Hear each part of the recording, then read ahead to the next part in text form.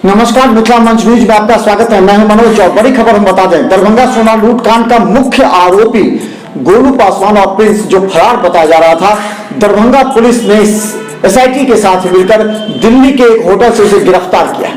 गौरतलब है कि सीसीटीवी फुटेज के सहारे दरभंगा एसएसपी बाबूराम ने इस दोनों के चेहरे को पहचानते हुए लगातार इस पर दबिश बढ़ा दी थी।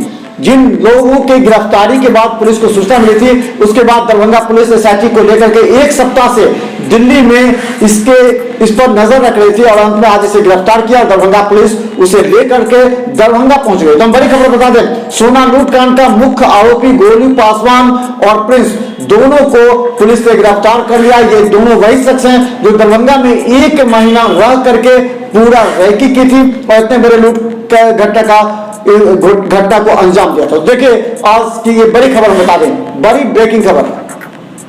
अलंकार ज्वेलर्स आभूषण लूट कांड के 2 आरोपी गोलू पासवान, प्रिंस दिल्ली के बादली से गिरफ्तार किया गया।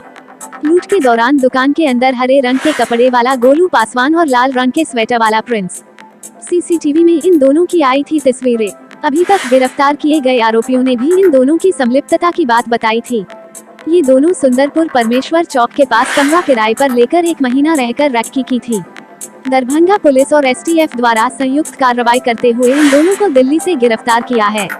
टीम 1 हफ्ते से दिल्ली में इनकी तलाश कर रही थी। लूट की घटना के अगले ही दिन ये लोग एक एक करके दिल्ली